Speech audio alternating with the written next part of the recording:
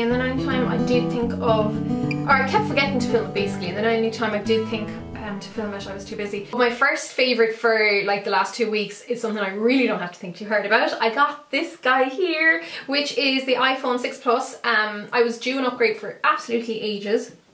Yeah, the crowd I'm with, which was O2 in Ireland, I went in to ask them about an upgrade, but it would have been really expensive. Even just to upgrade from the 4, which was what I was on, to the 5, would have cost me over 300 bucks.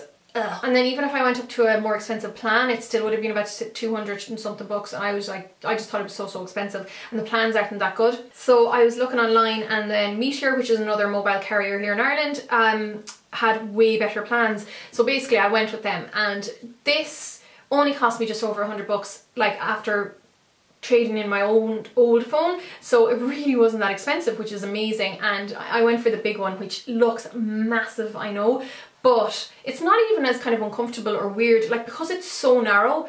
Like you can see here, like if it's against your ear, it doesn't look hugely significant. Maybe from the side it does a little bit, but maybe you could hide it under my hair or something, I don't know. But it's so much nicer for using when watching YouTube and on Twitter and Facebook and Instagram and all that kind of stuff, and reading. I read all my books on this in iBooks.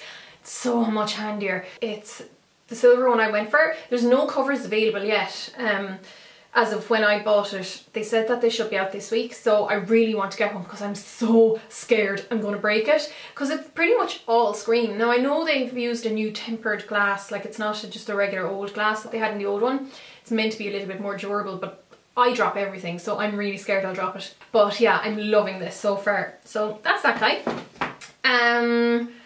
Let's see, what else? Oh yeah, I know I wanted to mention this. This is the LetzMakeup I Am Conditional Mascara. So I very happily was sent 2 of them. Like this was sent to me a couple of months ago, and then I got this one more recently with other LetzMakeup bits. But yeah, I'm wearing this today as well in this video, which won't be up yet.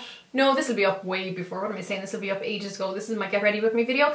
And yeah, I just think it's such a lovely all-rounder mascara. It gives volume, it doesn't clump, it is lovely and extra black, it doesn't fall down, and it conditions the lashes, hence the name I Am Conditional.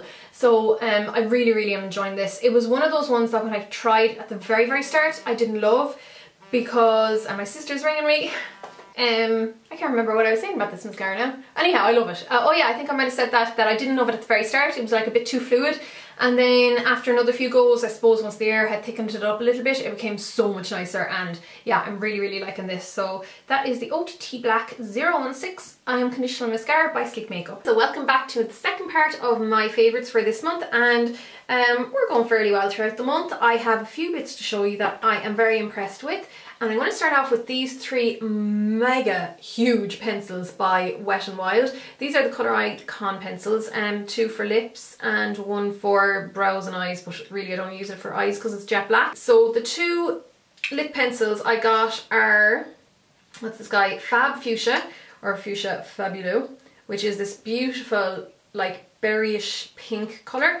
And then I also got the plum colour, which I have on today, and this is Plum Berry.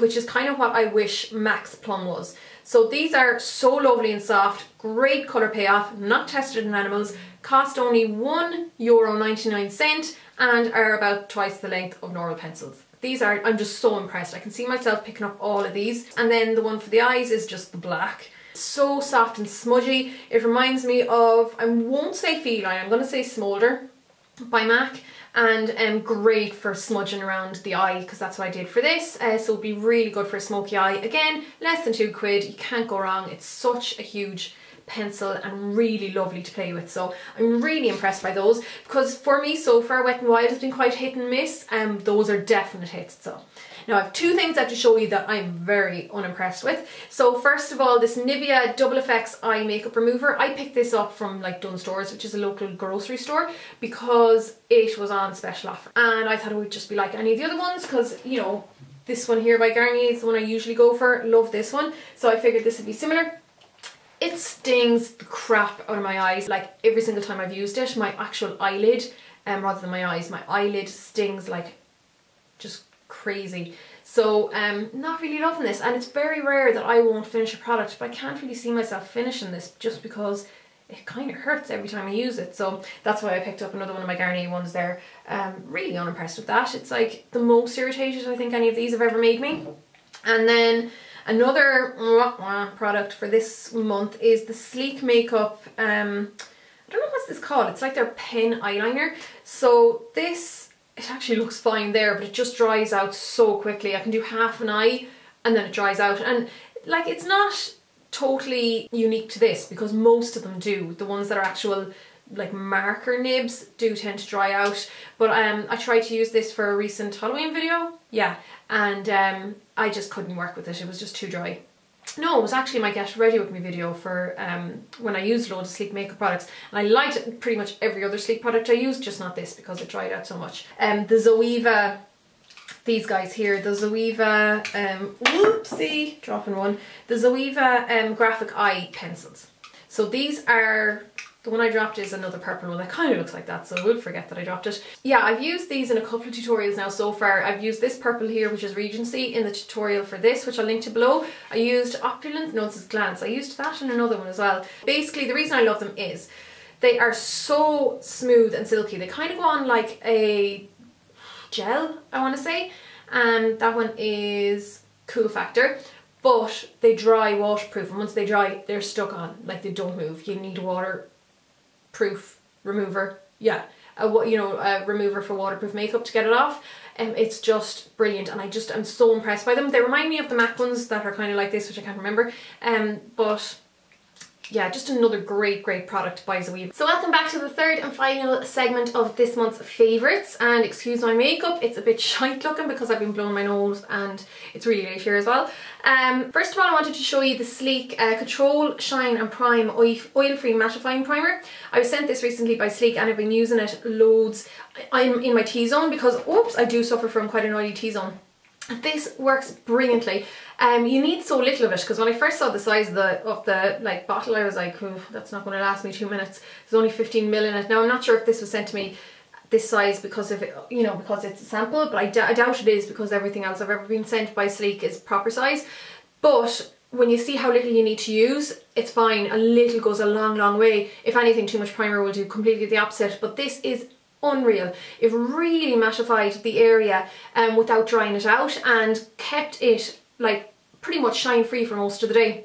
It says here it minimises pores and skin imperfections when used alone, so highly recommend this to anyone who does suffer from the oily T-zone like myself. And when I was talking about primers or thinking about primers, I figured this deserved a very honourable mention because I use this all the time. This is the Prep and Prime Natural Radiance primer by MAC. I have the pink one and the yellow one. I use whichever, they're interchangeably.